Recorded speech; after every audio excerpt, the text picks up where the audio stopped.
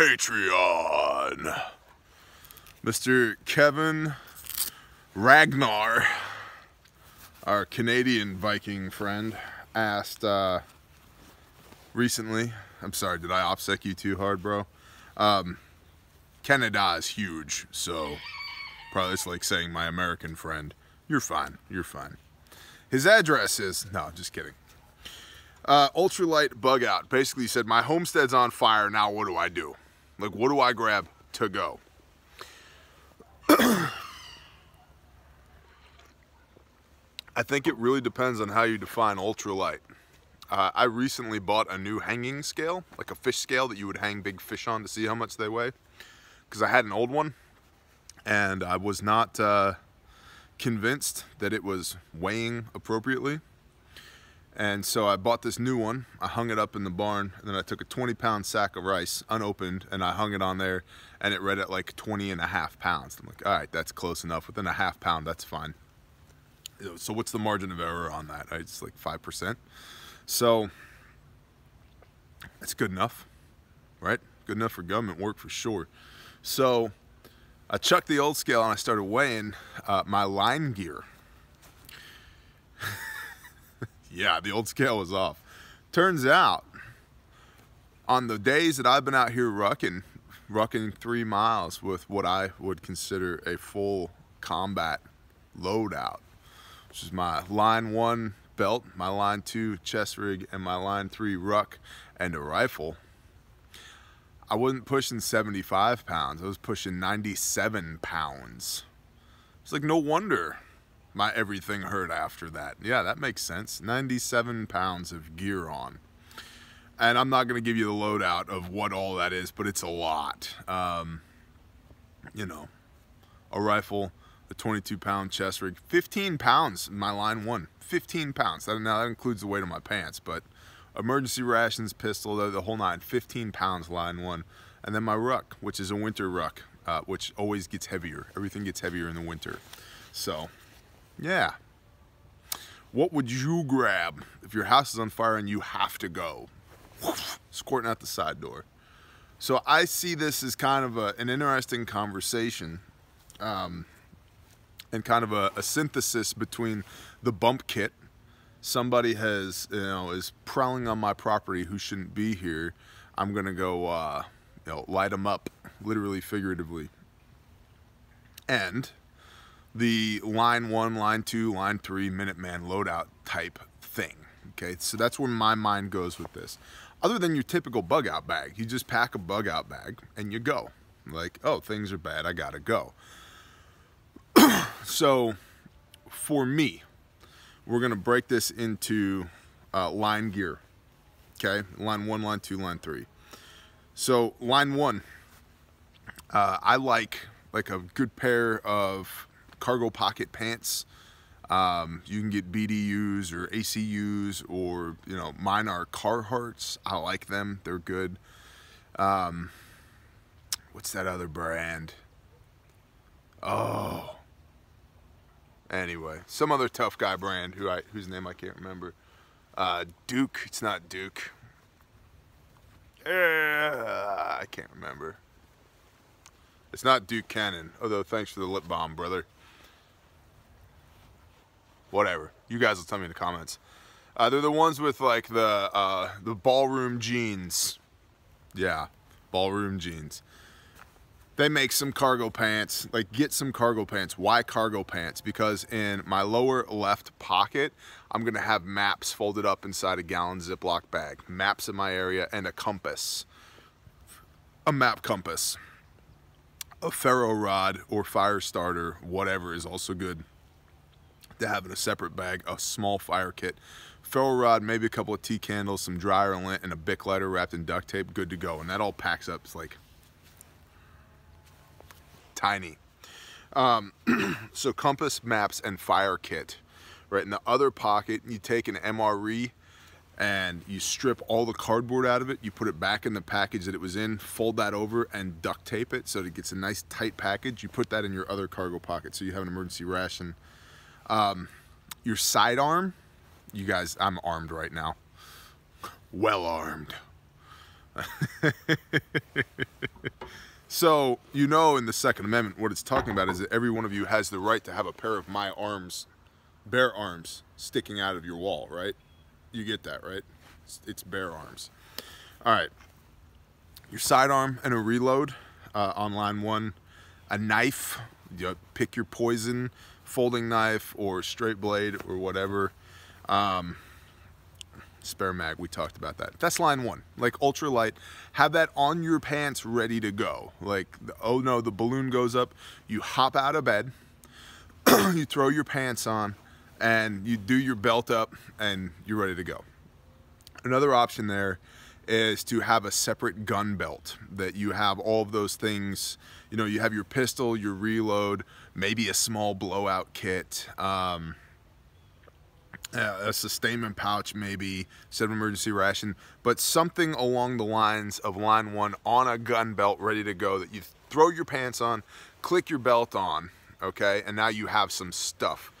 My gun belt, right, I also have 2 rifle reloads on my gun belt. Dig it. So line 1, compass, maps, fire, sidearm, emergency ration, knife, spare mag. Line 1. Line 2, okay, you said ultralight, so I'm gonna be ultralight for me. Understanding that there are days where apparently I'm rucking around with 97 pounds of gear on, like, huh, this is kind of heavy. Yeah, yep. I tell you what, when I downloaded to like an actual 60-pound loadout, I was like, now my times are great now all of a sudden. Imagine that. Line 2, chest rig with 3 M4 mags, like one of these. Now, you're in Canada, so mine hold 30, yours hold 5. God, I hate that for you. Boy, do I hate that for you. So you know what you might do? Because a lot of the weight in that magazine is going to be the ammo, not the magazine itself. Get yourself like the Condor, what is that called? Modular chest set, or any other chest rig that holds 6 mags or 12 mags or whatever. Load that sucker up, because, you know, 3 mags for me is 90 rounds. In order for you to get 90 rounds, you need 18 mags. So, God, I hate that for you. Can I adopt you? Like, how does that work? Like, you're gonna come here forever? Abduct you? Is that the appropriate pronunciation? No, sir, I want to adopt him. Abduct him. He's mine now. He lives with us. Like, this is my son Ragnar, or whatever. God, that's horrendous. Yeah, you need more than 3 mags. Here in America, 3 mags. M4 mags. Blowout kit. If you have one on your belt, don't worry about it on your chest rig. You said ultralight. Otherwise, I'd say, yeah, the more the merrier. But you said ultralight. So either on the chest rig or the belt. A sustainment pouch, some calories to dip your hands into while you're rolling. Water tablets, you know, a little bit of paracord. The 5 C's of survival, right? A radio. If you're operating with other people, a radio, a way to talk to them. Just talked about this in the Doyle Tech video. So a radio and a way to talk to them. And a hydration bladder in the back of your chest rig. So you got some water. Okay, and then line 3 would be like a rucksack or a day pack or whatever. And this would be a poncho liner, a whoopee, an emergency bivvy, like... Yeah, you can bivvy in a poncho liner, or I'm sorry, in a poncho, but having that, they make like these Mylar bivvies. They're about this big. They pack down pretty well. They weigh nothing. They're like $20-ish to start, and they get better from there. But if you had to spend the night in it, you could, and you'd be much warmer than huddled underneath a poncho and poncho liner in Canada. So an emergency bivvy, water filter, a canteen or steel bottle, some kind of rations, cordage, a sill tarp, a headlamp with spare batteries, socks, undies, spare clothes if needed, maybe intermediate layers. I find that like when I put clothes in a rucksack, it's usually intermediate layers, like like a Poly Pro shirt, long sleeve shirt, or a, especially this time of year, or a, you know, like a fleece intermediate layer, something like that, to build some bulk in between my outside clothes and my inside clothes. Gives you extra loft. That loft is insulation. Ulfhednar Tribesman knows all about that, the insulating factor, right? And so the more air you trap, the more heat you're going to retain. So intermediate layers. A BoB kit, if you know that, and that would be like Band-Aids, moleskin, chapstick, of course, Advil, any prescription medications that you need should be in there as well. An op plan and documents. Where am I going? What am I doing? You don't want to just bug out your side door and now you're out in the great unknown, and now what? You need all of that put in place first. And 100 bajillion times I've said, it's great to have a bug out bag, but it's useless if you don't have a bug out plan and a bug out location. So you need to figure that out as well. Now where am I going? So if something does happen in the middle of the night, where do I go? Oh, well, let me just pull up my op plan here. You know, get away from the building, get away from the danger, whatever's happening, get away from that stop, breathe, OODA loop, pull out your plan. Now what? Oh, well, okay. I'm here. Here's my compass, here's my map, here's my op plan. All right, guys, we're gonna go this way. Cool, let's roll. Any important documents that you might need, photocopies of those documents should be in there.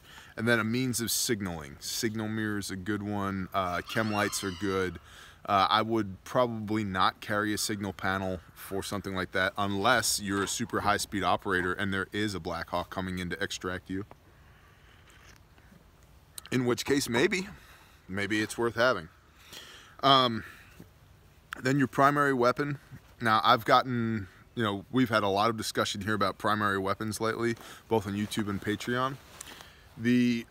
One of the major benefits for me for having magnification on a weapon is the ability to PID, positive ID at distance, okay? Also, recce rifle, bro, reconnaissance. You can carry some little tiny binoculars with you, and you might well should. Like, that's a discussion for you to have with yourself, maybe with the rest of us down here in the comments. But especially if there's conflict, if I can look this way clearly 300 meters away and go, hey, we don't want to go that way, there's bad stuff over there, and I know unequivocally I've got positive ID on the threat, or I can assess the situation much better because I can see it, that's a big deal for me without having to stop, pull out some binos. I don't know, boss, hold on. Yeah, no, I can just shoulder my weapon and look. So I like magnification for that. If you're getting out here into the woods to play, magnification helps. And there's a lot of really good, you know, true 1 power to 6, or true 1 power to 4, true 1 power to 8, depending on how much money you're willing to spend. This is a 2 to 7. I can shoot up close with 2 power, and I can shoot out far with 7 power. It's a compromise, but life is compromise. So, and I will probably get one of those super ultra high speed tactical, like 1 to 6 power at some point to put on here, but we'll see. So I like having magnification on my primary weapon for positive ID and for reconnaissance reasons. At distance, you should be wearing appropriate clothing. So kind of, we talked about having your pants ready to go. If it's like this morning, it's below freezing out here right now. So I would want to have, and I do this anyway because I'm me, I lay out whatever I'm wearing tomorrow is folded up and ready to go on my dresser, on top of the dresser. As soon as I wake up in a half sleep stupor, I can walk over there. This is my imitation of me half asleep getting dressed. Okay, and I do that, then magically clothes appear. And then in my case, I go drink coffee. In your case, you're gonna squirt out the side door. To which end you might think about having like some type of caffeination handy as well. Although if you're truly being threatened, like if things have really gone sideways and like it's a legitimate threat, your body's gonna do that for you real quick. Real quick. You're gonna snap to, real quick. Our bodies are good like that. But appropriate clothing set out that if you have to bug out and leave your residence, or whatever that may be, that you have clothes ready to go. You're not diving through your closet like, where did I put my sweatshirt? No, it's there, it's ready to go.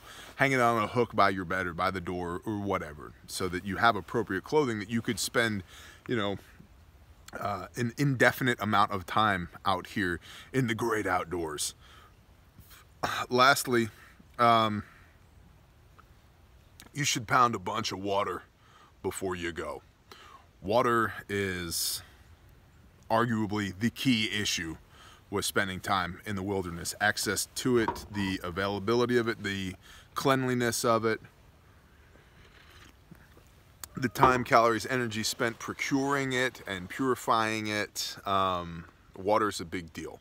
So Pastor Joe, and again, this is not the Pastor Joe channel, but he's a smart man and I value him as a friend and brother and business partner, advocates that you have, at least he does, he gets like the 2-liter bottles or 1 or 2 quart juice bottles, fills them up and puts them right with his bug out bag right there ready to go, so that you can, the first thing you do is pound a half gallon of water.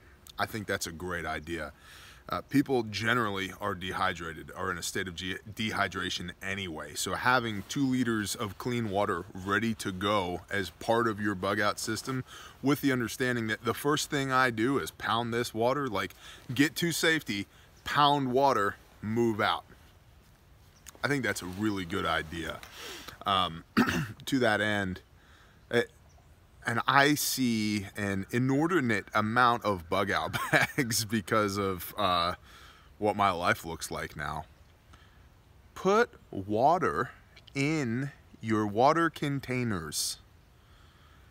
If you live where it gets below freezing regularly and you keep your bag where that water could freeze, have water with your kit. Like, this is my 2 gallons of water that go with my kit. And every day when I go to work, I put a gallon of water in the truck. That's for the bug out bag. And every day when I get home, I take it out or whatever. But there's a lot of people running around with empty water containers, empty water bladders, nothing in their canteens, nothing in their water bottles, nothing. They're just empty water. That's like the #1 thing you're gonna need. So hydrate. As soon as you get to safety, hydrate. There's collapsible water skins, these plastic water skins, they work real well for that. You could fill one up, they have carry handles. When you get done hydrating, put it in your pack, it rolls down to nothing. So you might investigate that, and that way you're not leaving trash behind. They're like, they went this way, there's an empty water bottle here, roll out. Like, yeah, listen, you're gonna leave a back trail anyway, but it's obvious if there's a 2-liter water bottle laying on the ground. So that's my opinion on perhaps what an ultralight bug out should look like. But I'm me, and you know, Dave Canterbury has his 5 C's and his 10 C's of survival. One of my C's is combat. It's the ability to project deadly force. And especially if we're dealing in a world that has gone to stuff or there's chaos everywhere, I want the ability to project deadly force. In fact, I was just reading in Jordan Peterson's 12 Rules for Life last night, the proclivity, the ability to project force, the better ability you have and the better people around you understand that ability for you to bring the pain, the less likely you are to have to bring the pain, right? So it's a deterrent factor. But if we get to the point where we have to, I don't want you to have a monopoly on deadly force. So one of my C's of survival is combat. And so that's why a lot of the kits, not a lot, all of the kits I put together have some element of combat to them. And that's why I advocate that you have those things as well. Now you can adapt this outline however you prefer.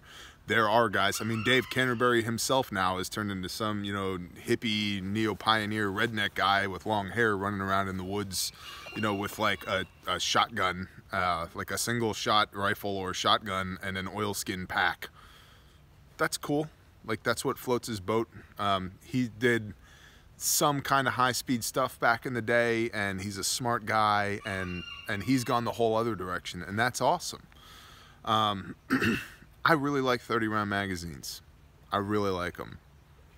I like them more than single-shot shotguns. So that's what I would advise as an ultralight bug out. Again, with the concept of line gear, that it's not all on your back.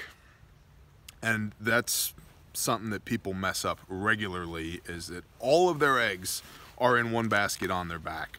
Well, if something happens, I don't know if you've ever had this happen to you, but I've literally had shoulder straps tear off of my pack while out in the field. That's not good. It's one of the reasons that I keep zip ties, super glue, duct tape, and a sewing kit in my pack. Because when you've had a shoulder strap separate from your pack, now what? Well, if you were in a hurry, right? Somebody's shooting at you, and that happens. What's the likelihood of that? Low. But of course, Murphy factor, it's gonna happen at the least likely time, when you least expect it, and when it's going to have the most detrimental impact on your mission. It's gonna happen. Okay.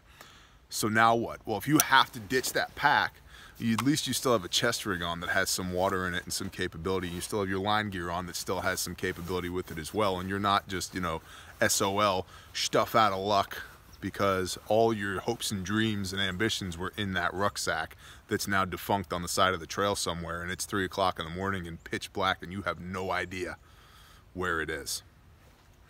So yeah, that's my thoughts on it. And as always, hit me in the comments, y'all.